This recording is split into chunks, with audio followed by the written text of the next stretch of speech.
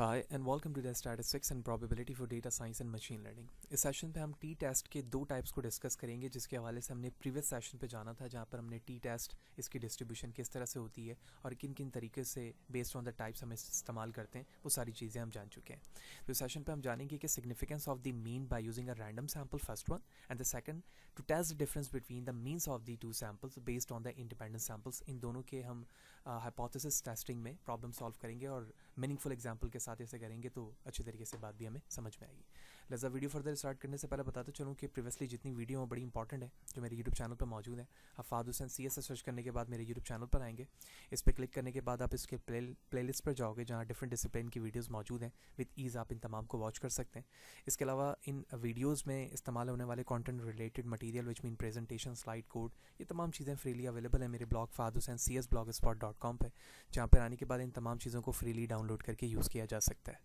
तो चैनल पे अगर नए हो, चैनल को सब्सक्राइब नहीं किया तो चैनल को ज़रूर सब्सक्राइब करें, ताकि अपकमिंग वीडियोस के हवाले से आपको बर वक्त जानकारी मिले और इसी तरह की नई चीज़ें आप आसानी के साथ सीख सकें। साथ ही साथ आप मेरे ब्लॉग पे भी मुझे फॉलो कर सकते हैं, ताकि जब भी कोड अपलोड किया जाए आपको इन्फॉर्मेशन मिलती रहे।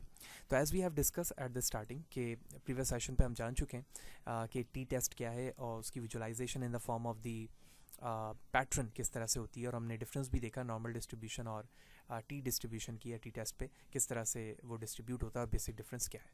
तो प्रॉब्लम से समझते हैं significance of the mean of the random sample.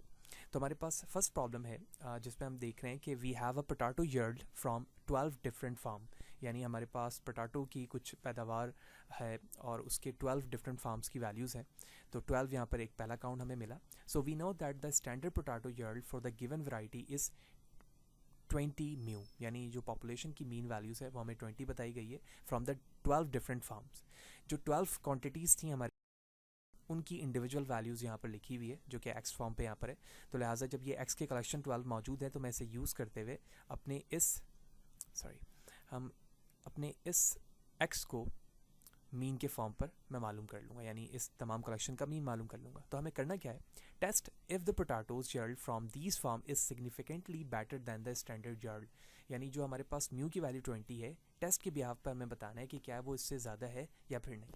तो इस बेस पर हमारे पास जो नल हाइपोथेसिस बनेगा वो कुछ यूँ हो जाएगा कि जो पॉपुलेशन का मीन है वो 20 के बराबर है, और अल्टरनेटिव पे हमें ये चेक करना होगा कि म्यू की जो वैल्यू है वो ग्रेटर देन 20 है।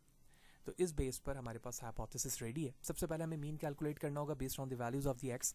तो हमने मीन के फार्मूले को यूज़ किया, सिंपली तमाम वैल्यूज़ को हम ऐड करेंगे और उसके बाद टोटल काउंट से हमने डिवाइड कर दिया, तो हमें सैम्पल का मीन मिल गया। अब जिस तरह से हमने सैम्पल का मीन मालूम किया, बिल्कुल इसी मालूम करेंगे, क्योंकि टी टेस्ट के अंदर हमें सैम्पल का स्टैंडर्ड डिविएशन मालूम करना होता है, तो हम इसे इग्नोर करेंगे यहाँ जो साइन बना हुआ है, क्योंकि ये पॉपुलेशन के लिए। तो हम यहाँ पर स्मॉल एस लिखेंगे और यहाँ पर भी। तो जो फार्मूला होता है स्टैंडर्ड डिविएशन का वो हमने यहाँ पर लिखा। ये सारी चीज़ें हम ऑलरेडी डिस्कस कर चुके हैं कि स्टैंडर्ड डिविएशन और वेरिएंस क्या है, किस तरह से मालूम किया जाता है। तो शॉर्टली हम यहाँ पर सिर्फ उन फार्मूलाज को शो अप कर रहे हैं। तमाम वैल्यूज़ पुटअप करने के बाद जो हमारे पास इस based on the sample values जो कि एक्स की है, उस बेस पर हमें स्टैंडर्ड डिविएशन एस की वैल्यूज़ मिल गई। तमाम वैल्यू को पुटअप करेंगे तो एक्स माइनस म्यू यानी सैम्पल का मीन एंड पॉपुलेशन का मीन, जबकि यहाँ पर हम स्मॉल एस लिखेंगे जो हमारे पास क्या है 3.0211 और divide by square root of the N यहाँ पर क्या मौजूद है 12 डिफरेंट फार्म्स, तो मैंने यहाँ पर 12 रख दिया। बेस्ड ऑन दिस वैल्यू हमने तमाम वैल्यूज़ को पुटअप की, तो हमारे पास जो 2t कैलकुलेटेड वैल्यू आई है, ठीक है, टैबुलेटेड नहीं, मैं कैलकुलेटेड वैल्यू की बात कर रहा हूँ, तो वो आई है 0.2006। तो अब हमें ये देखना है कि जो t टैबुलेटेड वैल्यू है, यानी इसका मतलब ये हुआ कि t को हम इस तरह से लिखते हैं t कैलकुलेटेड वैल्यू, और उसके बाद हमें टेबल से देखना होगा कि टैबुलेटेड वैल्यू या फिर जिसको आप क्रिटिकल वैल्यू कहते हैं, उनके दरमियान क्या कंपैरिजन है। तो हमें जब क्वेश्चन में सिग्निफिकेंस वैल्यूज़ नहीं दी जाती हैं, तो हम अपने कॉन्फिडेंस वैल्यू को 95% रखते हैं, तो हमें अल्फ़ा वैल्यूज़ यानी सिग्निफिकेंट वैल्यू 5% मिल जाती है, जिससे हम 0.05 से लेते हैं। तो इस बेस पर जब हमने प्रॉब्लम को देखा है, यहाँ पर जो हमारे पास नल हाइपोथेसिस अल्टरनेटिव था कि जब यहाँ पर नॉट इक्वल का साइन आता है तो हम 2 टेल इस्तेमाल करते हैं, और इसी तरह हमारे पास सिर्फ ग्रेटर देन या लेस देन का साइन होता है तो हम 1 टेल इस्तेमाल करते हैं। तो बेस्ड ऑन दिस प्रॉब्लम हमारे पास जो डिस्ट्रीब्यूशन में टेस्ट इस्तेमाल होगा वो 1 टेल होगा, ठीक है।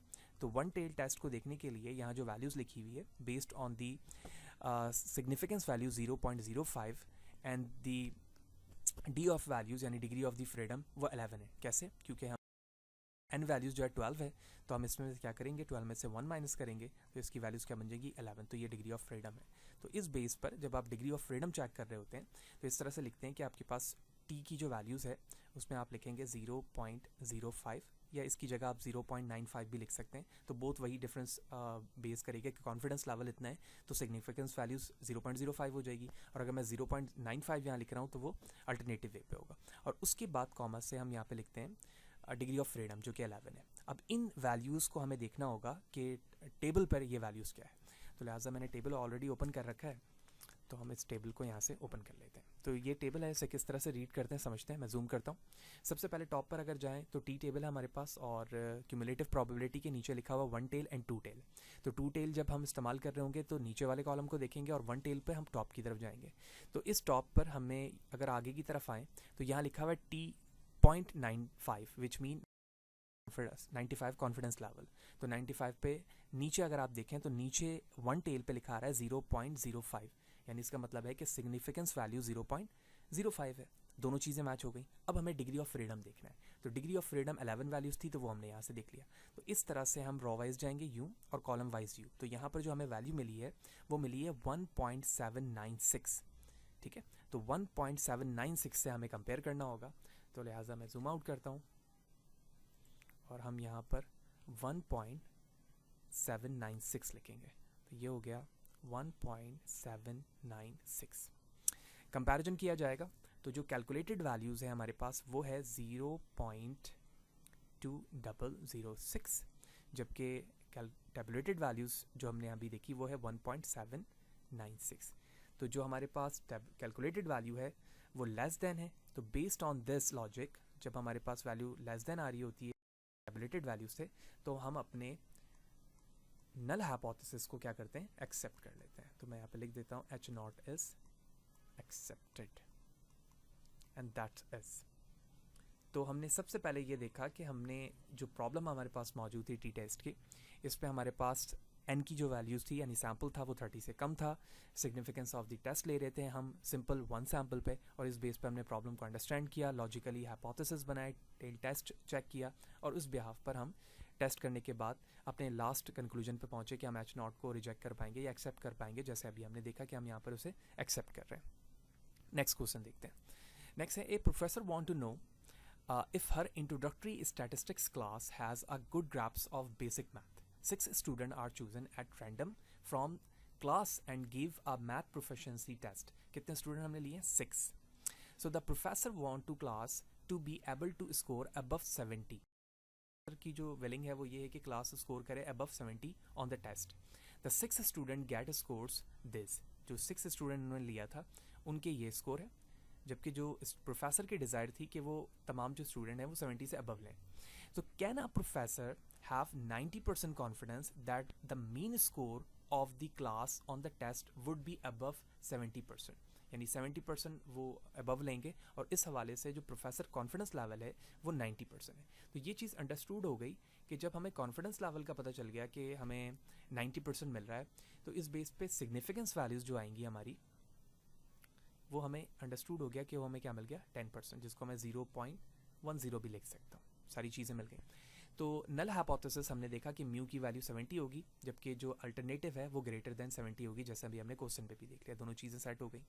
अब बेस्ड ऑन द फार्मूला हमें ये तमाम चीज़ें चाहिए होंगी, sample mean, population mean, standard deviation of the sample divide by n square root.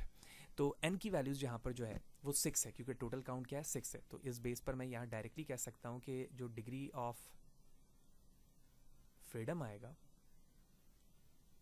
वो हमारे पास हो जाएगा 6 - 1, तो इसकी वैल्यू क्या आ जाएगी 5, राइट।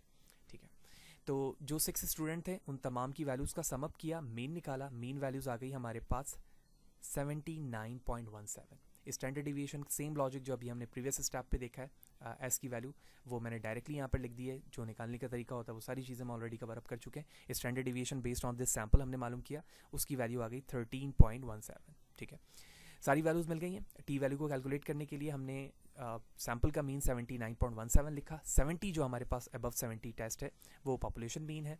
उसके बाद हमने 13.17 जो कि हमारा स्टैंडर्ड डिविएशन था और divide by square root of 6 किया। बेस्ड ऑन दिस हमारे पास जो टी कैलकुलेटेड वैल्यू आई है 0.76, तो हम इसे इस तरह से लिख सकते हैं t कैलकुलेटेड वैल्यू, और अब हमें इसे कंपेयर करना होगा t टैबुलेटेड वैल्यू से, ठीक है। तो मैं यहाँ पे लिख सकता हूँ 1.71, ठीक है। तो तमाम लॉजिकली काम हम कर चुके हैं। अब टैबुलेटेड वैल्यू से हमें चेक करना है, उसके बाद देखना है कि हम इसे एक्सेप्ट कर पाएंगे अपने नल हाइपोथेसिस को या फिर नहीं।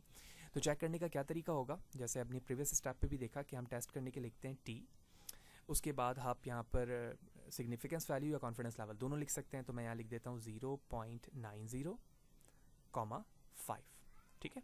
तो कॉन्फिडेंस लेवल 90 होगा और जो डिग्री ऑफ फ्रीडम है वो 5 होगा। टेबल पे चलते हैं, क्योंकि हम वन टेल इस्तेमाल करेंगे, क्योंकि यहाँ पर ग्रेटर देन का साइन है और लेस देन भी होता तो भी, और अगर इक्वल नॉट इक्वल का साइन होता तो हम टू टेल को देते। तो टू टेल क्या है, वन टेल क्या है, ये सारी चीज़ें हम ऑलरेडी कवर अप कर चुके हैं। अगर लाइन से सारी वीडियोस आप देख रहे हैं तो बड़े आसानी के साथ ये कॉन्सेप्ट आपको समझ में आ गया होगा। अच्छा, टेबल पे चलते हैं। तो 90 एंड 5, तो अगर मैं वन टेल पे 90 पर आऊँ तो 90 पर हमारे पास जो वैल्यू है वो ये रही, ठीक है, जिसमें लिखा हुआ 0.10, तो 90 पे 10% सिग्निफिकेंस वैल्यू है।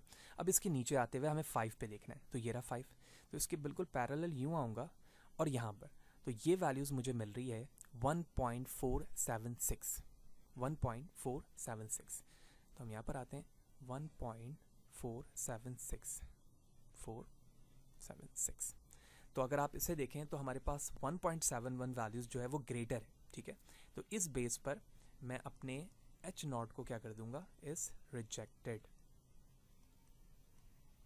हमारा H नॉट रिजेक्टेड हो जाएगा और जो अल्टरनेटिव है हम उसे एक्सेप्ट कर लेंगे और उसके बेस पर अपने प्रॉब्लम को सॉल्व करेंगे। यानी कि ये कहेंगे कि जो प्रोफेसर्स की विलिंग थी उस बेस पर वो 90% सही श्योर है कि अबव 70% आनी चाहिए। तो पहले दो प्रॉब्लम्स के अंदर हम mean of the random sample के प्रॉब्लम्स किस तरह के होते हैं और हम उसे किस तरह से सॉल्व करते हैं। नेक्स्ट हमारे पास जो प्रॉब्लम है वो है difference between means of the two samples, और based on the two samples हमें ये देखना है कि जो सैम्पल्स हैं वो इंडिपेंडेंट होंगे, ठीक है। इंडिपेंडेंट पे हमने बात की हुई है कि इंडिपेंडेंट का मतलब ये है कि जो दो ग्रुप्स ऑफ द डेटा हमारे पास मौजूद हैं वो दोनों एक दूसरे पर डिपेंड नहीं करते हैं, सेपरेट हैं। जिसमें हमने ड्रग की एग्जांपल भी देखी थी लास्ट सेशन पे कि हमने सेम वन ग्रुप को एक ड्रग दिया और सेकंड ग्रुप को ड्रग दिया और उसके बिहाफ पर हम टेस्ट कर रहे हैं कि दोनों पर उसका क्या इफेक्ट पड़ रहा है, जबकि वो दोनों एक दूसरे पर डिपेंडेंट नहीं। पेयर पे इसका अल्टरनेटिव हो जाता है डिपेंडेंट पे कि सेम ही ग्रुप के लोगों को हम सुबह और शाम ड्रग देकर टेस्ट कर रहे हैं कि उसका क्या इफेक्ट पड़ रहा है। तो इसकी टेस्टिंग में क्वेश्चन समझते हैं, उसके बाद हमें ये समझ में आ जाएगा कि ये between mean of the two samples independent पे किस तरह के प्रॉब्लम हो सकते हैं। So two types of the medicine were used on the 6 and 5 patient. तो हमारे पास दो तरह की मेडिसिन है जो हमने 6 and 5 number of the patient पर अप्लाई किया है और जो कि इस्तेमाल हो रही है for body sugar level. So medicine A was imported, जो ए मेडिसिन है वो इम्पोर्टेड है, जबकि बी जो है वो इंडिजियस है। The decrease in the level after using the 90 days were given below, यानी 90 डेज में डिक्रीज का जो लेवल है वो ये है। तो जो पहले मेडिसिन जो इम्पोर्टेड थी उसमें ये 6 जो पेशेंट हैं उनकी डिग्री वैल्यूज़ है या यूनिट वैल्यूज़ हैं, जबकि बी जो है जो देसी तरीके से जिसकी ट्रीटमेंट की जा रही थी इंडिजियस पे, उनकी जो यूनिट वैल्यूज़ हैं वो ये हैं, ठीक है। So is there are significance difference in the efficiency of the medicine, यानी हमें ये टेस्ट करना है कि इसमें कोई सिग्निफिकेंस डिफरेंस है या फिर नहीं है। यहाँ पर कॉन्फिडेंस लेवल नहीं दिया गया है, तो बेस्ड ऑन द क्वेश्चन मैं यहाँ पर कॉन्फिडेंस लेवल 90 ले सकता हूँ और सिग्निफिकेंस वैल्यू को मैं 10% ले सकता हूँ, ठीक है। यानी 0.90 और 0.10 लिखा जा सकता है। अच्छा, बेस्ड ऑन दिस प्रॉब्लम हम समझ चुके हैं। सबसे पहले तो हम अपने हाइपोथेसिस को, हाइपोथेसिस हमें ये कहता है, सॉरी नल हाइपोथेसिस ये कहता है कि जो ड्रग ए है यानी जो मेडिसिन इम्पोर्टेड है वो, जिसे मैं ए से कह रहा हूँ, एंड जो मेडिसिन 2 है जिसे मैं ड्रग बी कह रहा हूँ, ठीक है, जिसे मेडिसिन बी है जो इंडिजियस है, वो दोनों के दोनों बराबर हैं, इन दोनों पे कोई इफेक्ट नहीं पड़ रहा है। जबकि अल्टरनेटिव जो है वो ये कहेगा कि जो ड्रग ए है हमारे पास वो नॉट इक्वल है ड्रग बी के, ठीक है। तो जैसे मैंने नॉट इक्वल का साइन यहाँ पर लिखा है तो इसका मतलब ये है कि जो टेस्टिंग यहाँ पर अप्लाई होगी वो टू टेल की होगी, ठीक है। तो मैं यहाँ लिख देता हूँ टू टेल टेस्टिंग, ठीक है, राइट। अच्छा, तो अब फॉर्मूले की तरफ आते हैं। तो फॉर्मूला क्या है, T is equal to mean of first sample minus mean of the second sample divided by standard deviation multiplied by square root of n1 plus n1 multiplied by n2 divided by n1 plus n2। N है और N2 है, ये हमारे पास उन patients का count and samples का जो हमें स्टार्टिंग में क्वांटिटी 6 या 5 दी गई है। अब यहाँ पर जो हमारे पास स्टैंडर्ड डिविएशन है उसके फॉर्मूले को यहाँ पर शो अप किया गया है, जो ये है वो इसलिए क्योंकि यहाँ पर जो स्टैंडर्ड डिविएशन निकलेगा वो दोनों सैम्पल्स के बिहाफ पे निकलेगा। तो यही वजह है कि जो स्टैंडर्ड डिविएशन का फॉर्मूला है वो यहाँ पर मेंशन है। मैं थोड़ा सा डायरेक्ट चलता हूँ क्योंकि वेरी सिंपल, हमें तमाम वैल्यूज़ का पता चल चुका है, N1 और N2 हमें पता चल चुका है, और इसी तरह से जो सिग्निफिकेंस कॉन्फिडेंस वैल्यू है वो हमें पता चल चुकी है। इसी तरह से हमारे पास मेडिसिन 1 पे जो यूनिट्स वैल्यूज़ हैं वो और मेडिसिन 2 पे भी वैल्यूज़ का हमें पता चल चुका है। तो इन वैल्यूज़ को यानी ए के को यूज़ करते हुए और बी को यूज़ करते हुए मैं मीन निकाल सकता हूँ। यानी इसको यूज़ करते हुए मैं x1 का मीन निकाल लूँगा और इसे यूज़ करते हुए x2 का मीन निकाल लूँगा। इन तमाम को ऐड करेंगे, डिवाइड बाय टोटल एलिमेंट कर लेंगे। तो अगर मैं इस s के लिए सोल्यूशन पहले करूं, क्योंकि इस s को फाइंड करने के बाद हम इस टी टेस्ट पे अप्लाई कर सकेंगे, तो इसकी वैल्यूज़ अगर शॉर्टली मैं यहाँ पे लिखना शुरू करूं तो s बराबर हो जाएगा स्क्वायर रूट, सबसे पहले फर्स्ट वैल्यू जो आएगी ये, ठीक है, इसको अगर आप कैलकुलेट करेंगे इंडिविजुअली तो ये आ रहा है 28 प्लस 34। इसके बाद नीचे जो वैल्यू है 6 प्लस 5 माइनस 1, 6 N1 जो कि टॉप पे मौजूद है, N2 5 है माइनस 1। जब आप इसे सॉल्व करेंगे तो it will be 62 divide by 9 square root, ठीक है। और फर्दर जब आप स्क्वायर रूट से इसको बाहर निकालेंगे तो हमारे पास जो s की वैल्यू आएगी वो आएगी 2.62, ठीक है। तो ये आ गई हमारे पास s की वैल्यू। अब तमाम वैल्यूज़ को हमें इस t पे पुट करना होगा।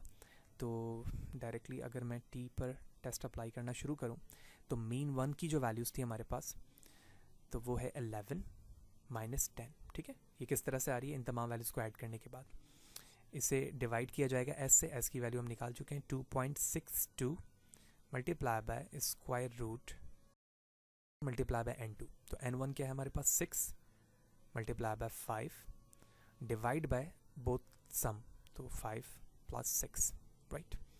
इसे फर्दर स्टेप्स पे अगर हम लेके जाएं तो ये हो जाएगा कुछ 1/2.62 divide by square root 11 divide by, sorry not 11 यहाँ पर आएगा और ये हो जाएगा 30, राइट। फर्दर स्टेप्स को अगर मैं सॉल्व करूँ तो 1/2.62 multiply by square root of 2.72, and थोड़ा सा मैं डायरेक्ट करूँ इसको, स्क्वायर रूट से निकालने के बाद डायरेक्टली मल्टीप्लाई और उसके बाद डिवाइड करें तो एट लास्ट जो हमारे पास वैल्यू आ रही होगी इसकी टी टेस्ट की वो आ रही है 0.63, दैट्स इट, ठीक है। अब ये जो हमारे पास वैल्यू आई है वो आई है हमारे पास कैलकुलेटेड वैल्यू, ठीक है। तो कैलकुलेटेड वैल्यूज़ यहाँ पर हम देख चुके हैं जो कि ये है। अब इस कैलकुलेटेड वैल्यूज़ को हम टैबुलेटेड वैल्यू से देखेंगे। तो टैबुलेटेड वैल्यू से देखने का तरीका क्या होगा कि हम यहाँ पर इस तरह से लिखेंगे कि हमारे पास 0.10 या 0.90 दोनों चीज़ें लिख सकता हूँ मैं, ठीक है। ये आपकी मर्ज़ी होती है, जैसे मैंने यहाँ पर 90 लिया है, नॉर्मली 95 भी लिया जाता है तो हम इसको इग्नोर करते हैं, मैंने 90 लिखा था, आप इसे 95 एज्यूम करें। तो मैं इसे यहाँ से कर देता हूँ 95 और इसे कर देते हैं हम 5%, ठीक है, क्योंकि क्वेश्चन में मौजूद नहीं था। तो मैं यहाँ पे भी लिखूँगा 0.05 कॉमा। अब जो डिग्री ऑफ फ्रीडम है वो क्या होगा, डिग्री ऑफ फ्रीडम यहाँ पर दो सैम्पल्स के बिहाफ पर होगा। तो 6 प्लस 5 ये हो जाएगा 11, 11 माइनस 1, तो ये हो गया 6 प्लस 5 माइनस 1, तो ये हो गया 11, तो ये सब्ट्रैक्ट होने के बाद 10 आ जाएगा, तो मैं यहाँ पे लिखूँगा 10। तो इस बेस पर हमें देखना है कि tabulated value two tail test पे क्या आ रही है, और जब ये वैल्यूज हमें आएगी तो इसे हम अपने कैलकुलेटेड एंड टैबुलेटेड वैल्यूज़ पे टेस्ट करेंगे और उसके बाद प्रेडिक्ट करके बता सकेंगे कि हम अपने नल हाइपोथेसिस को रिजेक्ट कर पा रहे हैं या फिर नहीं। ओके, तो हम टैबुलेटेड टेबल पे चलते हैं। तो यहाँ पर आने के बाद डिग्री ऑफ जो फ्रीडम है वो 10 है हमारे पास, जो कि ये मेंशन है, और इस 10 पर हमें देखना है 95, ठीक है, ये रहा 95 टॉप पर। अगर हम जाएँ तो अगर क्वेश्चन में 10 गिवन होता तो हम ये वाले कॉलम को देखते हैं, अभी मैं 95 एज्यूम कर रहा हूँ, तो 95, और अगर 95 पे नीचे की तरफ आओ तो ये 10% है, ठीक है ना, यहाँ पर टू टेल पे। तो इस बिहाफ पर अगर मैं आगे जाऊँ तो 99 है, ठीक है, 9995 है एंड सो ऑन, तो डिफरेंट वैल्यूज़ यहाँ पर मौजूद है। तो इस तरह से हम यहाँ पर वैल्यूज़ देख सकते हैं, लेकिन मुझे एक गलती लग रही है जो हमने यहाँ पर देखना होगा, वो ये कि जब हम डिग्री ऑफ फ्रीडम लिख रहे हैं यहाँ पर वैल्यूज़ डिग्री ऑफ फ्रीडम की, तो हमने 1 सब्ट्रैक्ट किया है, हालांकि हमारे पास ग्रुप ऑफ 2 सैम्पल है, तो हमें जो मैं यहाँ पर 1 लिख रहा हूँ वो मुझे 2 लिखना होगा, क्योंकि मैं इससे भी और इससे भी दोनों से 1 1 सब्ट्रैक्ट करूँगा। तो इस बिहाफ पर हमारे पास जो आंसर आएगा वो 9 आएगा, ठीक है। तो 0.05 डिग्री ऑफ फ्रीडम 9 पर मैं इसे टेस्ट करूँगा, ठीक है, नॉट 10, ठीक है। और उसकी वजह क्या थी वो अभी मैंने यहाँ पर मेंशन कर दिया। दोबारा चलते हैं टी टेस्ट टेबल पर और अब जाकर यहाँ पर देखते हैं 9 पर, यानी इस रॉ पर हमें 0.05 चेक करना है। तो 0.05 अगर आप देखें तो ये रहा 0.05 टू टेल टेस्ट पे, ठीक है ना। यहाँ पर 0.10 लिखा हुआ है टू टेल पे और यहाँ लिखा हुआ है 0.05। तो ये रहा 0.05 और ये रहा 9, तो इसकी वैल्यू आ गई 2.262। तो 2.262, तो मैं ये लिखूँगा यहाँ पर 2.262, ये इसकी वैल्यू आ गई। कंपैरिजन करेंगे कैलकुलेटेड वैल्यू से, तो T calculated and T tabulated, तो हमारे पास कैलकुलेटेड वैल्यू है 0. जबकि कैलकुलेटेड जो टैबुलेटेड वैल्यू है वो है 2.262। तो जो पहली वैल्यू है वो लेस देन है, तो लिहाजा इस बेस पर हम एच नॉट को क्या कर लेंगे, एक्सेप्ट कर लेंगे। That's all about. तो इस तरह से हमने दोनों टेस्टिंग को रीजनेबल क्वेश्चन से देखा कि testing for the basic sample based on this mean of the sample क्या है और किस तरह के प्रॉब्लम्स इसमें हो सकते हैं, और test of the different mean samples based on the independent sample जिसको हम अनपेयर्ड कह रहे थे वो किस तरह से किया जाता है। फिर भी अगर कोई सवाल है, कोई चीज़ समझ में नहीं है, कमेंट सेशन पर ज़रूर पूछें, कोशिश करूँगा इस सवाल से आपको बर वक्त जवाब दे सकूँ, क्योंकि हम नेक्स्ट सेशन पर जब जाएंगे तो देखेंगे कि test of the means of the two sample जबकि वो डिपेंडेंट हो किस तरह से किया जाएगा, और test of the correlation coefficient को हम किस तरह से कर सकते हैं वो नेक्स्ट सेशन पे देखते हैं। तो सी यू देयर।